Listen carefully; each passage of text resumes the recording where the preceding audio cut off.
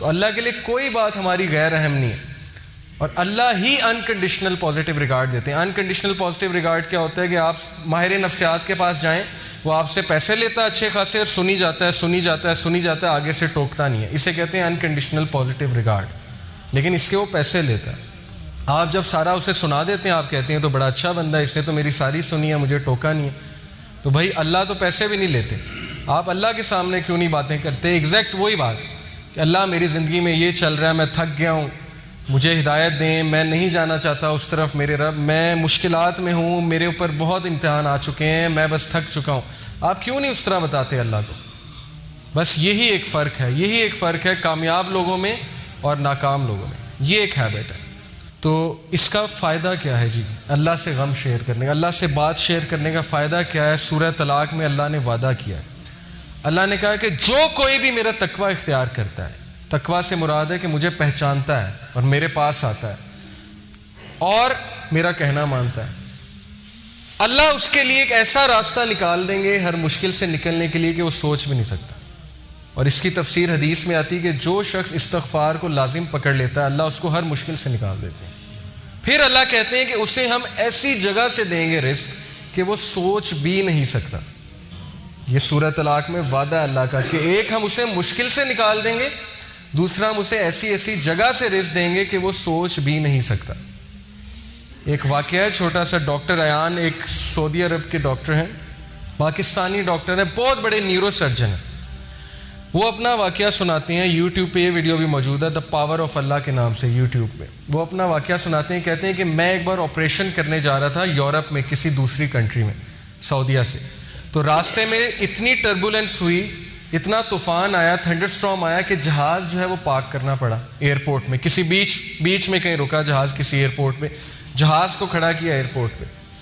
اب میں نے کہا جی کہ میں نے تو وہاں پہنچنا ہے آپریشن کرنے، آپ جو ہے جہاز کو چلائیں۔ انہوں نے کہا کہ جی ہم آپ کو پہنچانے کے لیے دوسروں کو تو خطرے میں نہیں ڈال سکتے نا، آپ ایسا کریں کہ آپ گاڑی پکڑیں، آپ نے جہاں جانا ہے نا وہ قریب ہی ہے، اتنا دور نہیں ہے، آپ گاڑی پکڑیں، ٹیکسی پکڑیں، اس پہ آپ چلے جائیں۔ انہوں نے کہا چلیں ٹھیک ہے۔ انہوں نے ڈرائیور کو پکڑا، ٹیکسی کو پکڑا، چلنا شروع ہو گیا۔ راستے میں طوفان مزید تیز ہو گیا اور وہ گاڑی ان کی ایک گھر کے سامنے جا کے رکی، مجبوراً انہیں روکنی پڑی طوفان میں وہ گاڑی۔ اب اس گھر کے سامنے جا کے رکی، انہوں نے نوک کیا تو ایک بڑھیا باہر نکلی، بہت بڑھاپے میں تھی، جھریاں پڑی ہوئی تھی اس کے چہرے پہ۔ انہوں نے کہا جی ہمیں اندر آنے دیں، بہت بارش ہے، بہت طوفان ہے، ہمیں ڈر ہے ہمارا ایکسیڈنٹ نہ ہو جائے، تو ہم ذرا ٹھہریں گے، کھانا شانا کھائیں گے، نماز پڑھیں گے، پھر نکل جائیں گے۔ اس نے کہا بالکل بسم اللہ آپ آئیے۔ اب وہ اندر گئے ہیں تو دیکھتے کیا ہے کہ ایک بچہ زمین پہ لیٹا ہوا ہے گدے پہ، اور وہ بڑھیا بار بار جو ہے نا اس کے سر پہ پٹیاں کر رہی ہے اور بڑا پریشان لگ رہی ہے۔ تو انہوں نے کہا کہ اس کو کیا مسئلہ ہے؟ اس نے کہا کہ اس کو نا کوئی دماغ کی بیماری ہے، وہ اس کے ماں باپ نہیں ہے، یتیم ہے بچہ، میں اس کی دادی ہوں، تو یہی میرے لیے واحد سہارا ہے، تو میں اس کا علاج کروانے کے لیے بڑی جگہ گئی ہوں، لیکن وہ کہتے ہیں کہ نہیں، اس کو نا آپ ایک ڈاکٹر کے پاس لے کے جائیں جو ٹاپ نیورو سرجن ہے، اس کے پاس لے کے جائیں، وہ اس کو جو ہے اچھا دیکھے گا۔ تو کہتے ہیں کہ آپ کیوں نہیں گئیں؟ انہوں نے کہا میں نے بڑی بار کوشش کی ہے، ان سے اپوائنٹمنٹ ہی نہیں ملتی، نہ میرے پاس اتنے پیسے ہیں، میں کہاں سے لے کے جاؤں؟ انہوں نے کہا مجھے نام بتائیں، میں بھی ڈاکٹر ہوں، میں اس سے سفارش کروں گا، آپ اتنی اچھی عورت ہیں، آپ نے مجھے یہاں رکنے کی جگہ دی۔ اس نے کہا ڈاکٹر ایان۔ تو کہتے ہیں میں رونے لگ گیا، ڈاکٹر ایان۔ تو وہ رونے لگ گئے اور پھوٹ پڑے۔ تو بڑھیا نے کہا کہ آپ رو کیوں رہے ہیں؟ انہوں نے کہا کہ میں ڈاکٹر ایان ہوں۔ انہوں نے کہا کہ آپ دیکھیں کہ آپ نے اللہ سے دعائیں کی ہوں گی کہ اللہ بچے کا کچھ کریں، تو اللہ مجھے یہاں لے آئے ہیں، اور جس طرح لے کے آئے ہیں آپ سوچ بھی نہیں سکتے۔ یعنی اللہ کی جو فورسز ہیں نا، اللہ کی جو فوجیں ہیں، اس کا ہم اندازہ بھی نہیں لگا سکتے، لیکن ہم اس سے بالکل غافل ہیں۔ شیطان نے ہمیں اس سے غافل کیا، ہم اللہ سے مدد مانگنے کی بجائے ہم دوسروں کے پاس بھاگتے ہیں۔ تو ایسے بڑے واقعات ہیں، آپ کو سلف کی زندگیوں سے ایسے بڑے واقعات مل جائیں گے جس میں ثابت ہوا کہ اللہ جب اپنی فوجوں کا استعمال کرتا ہے تو پھر اللہ ناممکن کو بھی ممکن بنا دیتا ہے۔ موسیٰ علیہ السلام، آپ سوچیں، دشمن کا بچہ، جو دشمن ہے، دشمن کا بچہ، فرعون سارے بچوں کو قتل کروا رہا کہ کس لیے کہ کل کوئی کھڑا ہو کے میرے خلاف نہ نکل پڑے۔ بنی اسرائیل کے سارے بچے قتل کروا دیے، لیکن اللہ اسی بچے کو اس کے محل میں لا کے پرورش دلوائی جس نے اس کو بڑا ہو کے شکست دینی تھی۔ یہ امپاسبل ہے، ہالی ووڈ بھی اس طرح کی مووی نہیں بنا سکتا، اس طرح کا سین کریٹ نہیں کر سکتا، لیکن اللہ نے کیا، اسی بچے کو اس کے محل میں لے آئے۔ تو اس لیے اللہ کے لیے کچھ امپاسبل نہیں ہے، یہ بات ہمیں پتہ ہونی چاہیے۔ چوتھی ہیبٹ جی، 3 ہیبٹس ہو گئیں کہ اپنا غم اپنی بات اللہ سے شیئر کریں. یہ سکسیسفل لوگوں کی ہیبٹ ہے. چوتھی ہیبٹ ہے never ever ever ever ever ever give up. کبھی ہمت مت ہاریے. اور کس سے سیکھیے؟ انبیاء سے سیکھیے.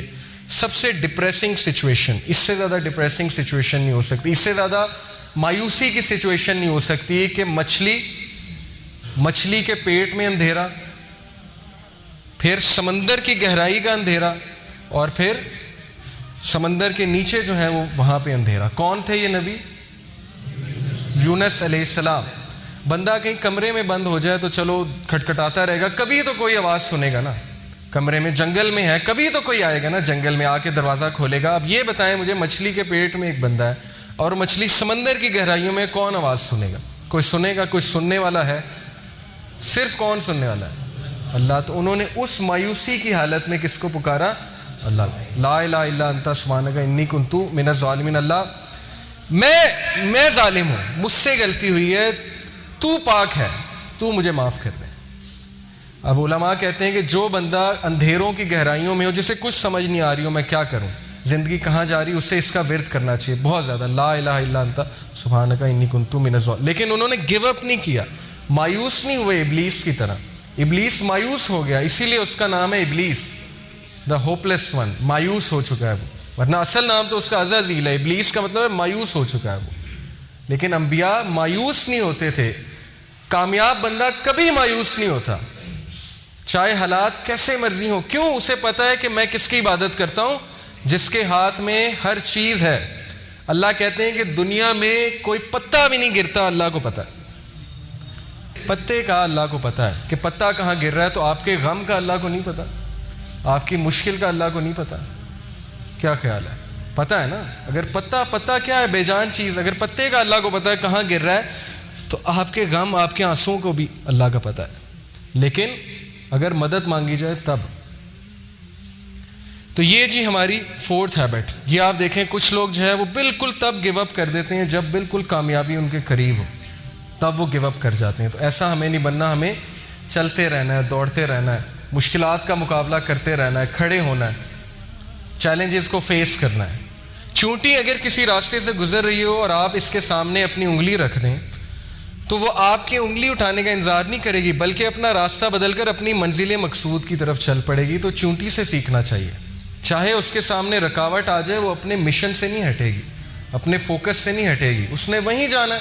جتنی مرضی رکاوٹیں کھڑی کر دیں اور راستہ بدل کے دوسری طرف چلی جائے گی. یہی اسی طرح مسلمان ہوتا ہے. اب یہ جو آیت ہے اس میں اللہ تعالیٰ انسان کی نیچر بتاتے ہیں، سائیکالوجی بتاتے ہیں، نفسیات انسان کی کیا ہے.